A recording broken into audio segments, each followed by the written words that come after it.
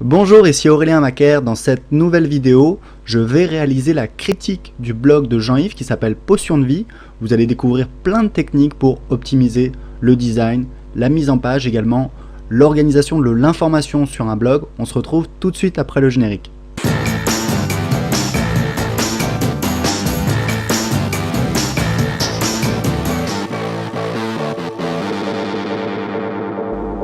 Alors Jean-Yves a suivi la formation Un blog qui rapporte en 31 jours et c'est grâce à cette formation qu'il a pu créer son blog. Vous voyez qu'il a un blog qui est quand même pas mal du tout, il y a pas mal d'éléments, c'est assez complet, on voit que voilà, il a fait quand même pas mal de travail, mais il y a beaucoup de choses qu'il pourrait optimiser, c'est ce qu'on va voir dans cette vidéo. Pour commencer, une remarque générale, le design est encore, on va dire, déjà assez austère, mais surtout, moi je trouve qu'il n'est pas optimal dans le sens où il y a des thèmes WordPress qui sont quand même plus sympa, plus vif. Si vous prenez le thème WordPress de mon blog Web Entrepreneur Débutant, vous voyez que c'est beaucoup plus aéré, beaucoup plus clair. Il y a plus de photos, il y a quelques petites touches de couleurs. Pour moi, c'est un thème qui est quand même beaucoup plus moderne, beaucoup plus à la page. Également au niveau du logo, vous voyez que le logo ici est trop petit, on a du mal à lire le slogan « 1 an pour trouver la formule du succès et changer de vie ». C'est trop petit. Et on a un espace ici qui est complètement inexploité. Donc il y a un grand espace de vide. Alors je sais que c'est un endroit qui est difficile à exploiter dans les sites internet. Moi, si vous regardez sur mon blog Web Entrepreneur Débutant, j'ai une image en fait qui est un lien vers le forum, puisque c'est quelque chose que je veux mettre en avant. Et sur mon autre blog Read Me and Famous, j'en profite pour ajouter de l'information, pour ajouter des éléments graphiques. On a une petite vignette ici qui indique où est-ce que je suis. Et on a ici des petits palmiers qui vont ajouter un petit peu de la richesse au niveau visuel dans l'entête. Alors ici, il faut savoir que le formulaire de recherche, c'est quelque chose qui est très peu utilisé par vos visiteurs. Donc c'est typiquement quelque chose que vous pouvez cacher, que vous pouvez mettre loin. Typiquement, vous le mettez dans une barre latérale. Au fond, si les gens ont besoin de chercher quelque chose, ils arriveront à le trouver. Une autre remarque aussi, c'est que Jean-Yves utilise un slider. C'est-à-dire qu'en fait c'est quelque chose qui va présenter des images et c'est dommage parce qu'il a quand même des images qui sont pas mal du tout. Il a des titres qui sont intéressants, qui sont accrocheurs avec des intros qui sont plutôt accrocheuses. Mais le problème c'est que par défaut, moi je trouve que son slider, il en jette pas visuellement. C'est-à-dire que chaque image en fait on voit qu'un petit bout. L'avantage c'est qu'on voit tous les titres. Personnellement j'ai un slider sur mon blog Web Entrepreneur Débutant et vous voyez qu'en fait l'image se change, se met à jour, donc on passe d'un article à l'autre et je trouve que visuellement c'est quand même plus riche. Donc je recommanderais à Jean-Yves déjà à la base de changer de thème, mais s'il tient à mettre un slider, d'avoir toujours une image et à la limite que l'image change, comme ça permet de voir les différents articles. Parce que du coup l'essentiel des informations se retrouve en dessous et vous voyez que c'est moins visible, c'est-à-dire que quand on arrive sur le blog, on a uniquement, hormis les titres des articles ici, mais les gens vont pas forcément avoir l'idée de passer la souris dessus, ils vont avoir uniquement le titre du premier article ici. Alors autre remarque également, c'est que Jean-Yves a fait le choix de mettre 3 colonnes sur son blog. Donc vous voyez la première colonne est ici, c'est les articles, vous avez la deuxième colonne qui est ici et la troisième colonne. Donc en fait on a une colonne principale, c'est celle-là, et puis 2 colonnes latérales. Alors moi sur un de mes blogs, sur Read Me and Famous, j'ai un thème en 3 colonnes. Et je dois avouer que c'est pas forcément optimal. Il y a peu de personnes qui l'utilisent et c'est plutôt quelque chose que je déconseille. Moi je vais peut-être même repasser à un thème 2 colonnes sur ce blog. Le problème c'est que l'information est beaucoup trop étriquée. Là vous voyez le formulaire à Weber, il n'est pas du tout accrocheur, il est beaucoup trop écrasé. Et d'ailleurs, vous voyez que les colonnes latérales ne font pas la même taille que la colonne principale et ça c'est pas très joli.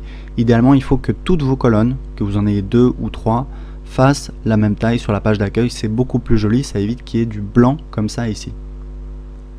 Donc je recommande plutôt à Jean-Yves de faire le tri dans ses rubriques et de passer à un thème à 2 colonnes.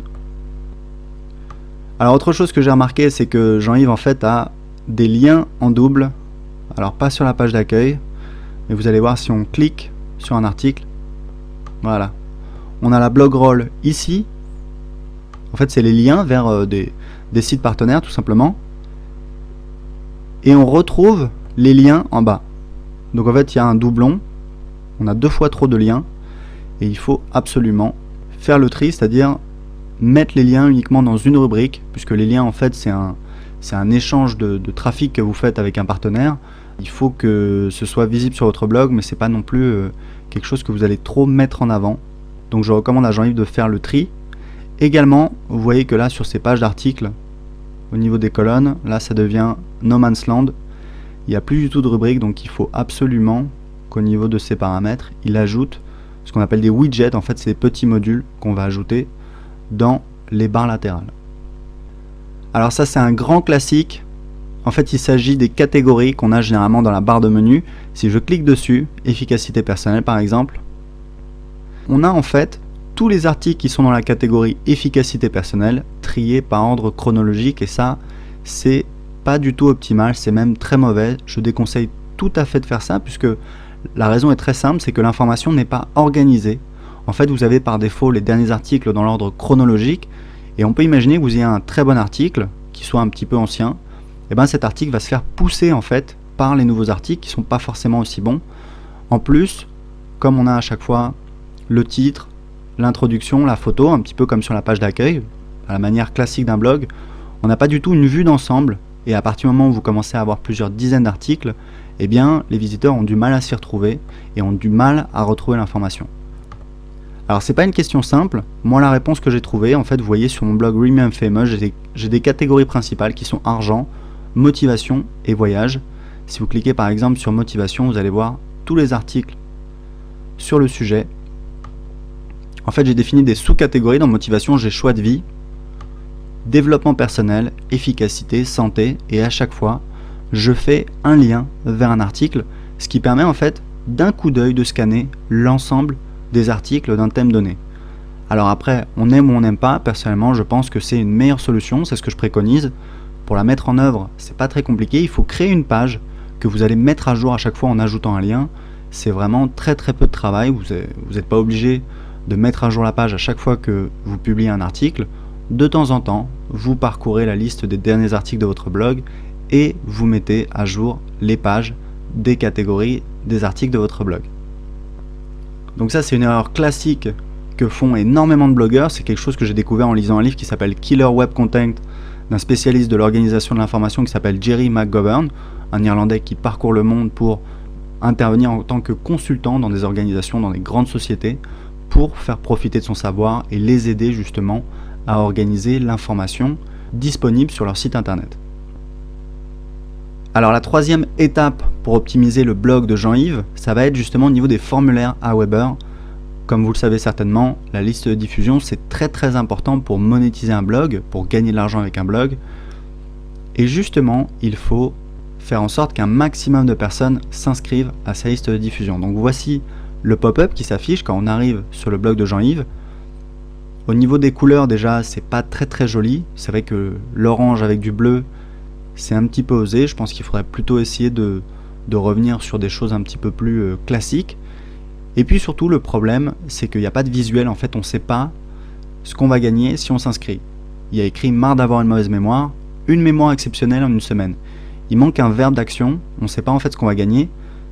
Il faudrait « marre d'avoir une mauvaise mémoire », gagner une mémoire exceptionnelle en une semaine, obtenez une mémoire exceptionnelle en une semaine. Je pense que si on ajoutait un verbe, il y aurait une transition qui serait beaucoup plus logique, et il faudrait aussi travailler au niveau de la promesse, puisque une mémoire exceptionnelle, le mot exceptionnel est tout le temps utilisé dans la publicité, et du coup les gens y sont parfaitement insensibles. Il faudrait plutôt essayer de faire une promesse peut-être moins ambitieuse, mais qui soit plus réaliste, et puis surtout qui soit plus concrète. Par exemple, doubler la capacité de votre mémoire en une semaine. Ensuite, Jean-Yves parle d'un cours gratuit guidé pas à pas en 5 parties. On ne sait pas si c'est un cours par email, on ne sait pas si c'est un cours en vidéo, on ne sait pas si ce sont des articles, on ne sait pas si c'est un PDF. C'est pour ça qu'idéalement, il faudrait qu'il y ait un visuel. Vous voyez par exemple sur mon blog Web Entrepreneur Débutant, j'ai le guide de démarrage du web entrepreneur. J'ai créé un visuel en fait avec une petite application en ligne qui coûte quelques dizaines d'euros et qui vraiment permet de faire des très beaux visuels. Alors après, s'il a un cours en 5 parties, on peut imaginer qu'il fasse 5 petits fascicules, mais c'est vrai que d'avoir un support visuel, c'est beaucoup plus accrocheur pour les gens, puisqu'en fait, ça va augmenter la valeur perçue du cadeau pour les gens qui s'inscrivent à la newsletter. Et si on fait le test, on va très certainement s'apercevoir qu'il y a plus de personnes qui vont s'inscrire à la newsletter. En plus, avec l'image qu'il a mis ici, qui est assez jolie, et qui rappelle bien entendu son logo. Le formulaire est un petit peu gros, il faudrait peut-être le diminuer, surtout qu'il n'y a quand même pas énormément de texte. Donc c'est important parce qu'il y a des gens qui ont des petites résolutions et sur lesquelles tout simplement ça va prendre tout l'écran et ça va les déranger. Donc faire très attention à ça. Voilà, vous voyez ici on a un autre formulaire sur un article. Recevez gratuitement la méthode, une mémoire exceptionnelle en 5 étapes. Donc déjà, là on parle de méthode, donc ça augmente la valeur perçue, puisqu'on se dit qu'il y a vraiment un système, il y a quelque chose qui fonctionne. 5 étapes, c'est pas mal, c'est accrocheur. Par contre, une mémoire exceptionnelle, encore une fois, le terme exceptionnel pour qualifier en fait le bénéfice est pas très efficace, puisqu'en fait on est tous un petit peu bombardés de publicité dans notre société moderne, et on est un petit peu insensible à ça. Donc vraiment essayer de travailler sur la promesse, doubler votre capacité de mémorisation en 5 étapes, ou alors doubler votre capacité de mémorisation en 7 jours. Je pense que c'est une promesse qui est beaucoup plus accrocheuse. Sinon, à part ça, Jean-Yves est quand même quelqu'un qui a beaucoup de qualité, il a beaucoup de choses à dire. Moi, je pense que son blog a un réel potentiel. Vous voyez qu'ici, en fait, il fait une démonstration qui est absolument incroyable. Il mémorise un jeu de cartes en quelques minutes. Il a fait une vidéo sur YouTube. Et je pense que justement, il devrait essayer de faire plus de vidéos sur YouTube. Il devrait alimenter sa chaîne YouTube pour essayer de faire un effet buzz pour que ces vidéos soient reprises et lui fassent de la publicité. À mon avis, c'est une bonne stratégie. Il devrait essayer d'investir de ce côté-là. En attendant, je lui recommande de mettre en place tous ces conseils et on fera un petit retour dans quelques mois pour voir où est-ce qu'il en est. À très bientôt.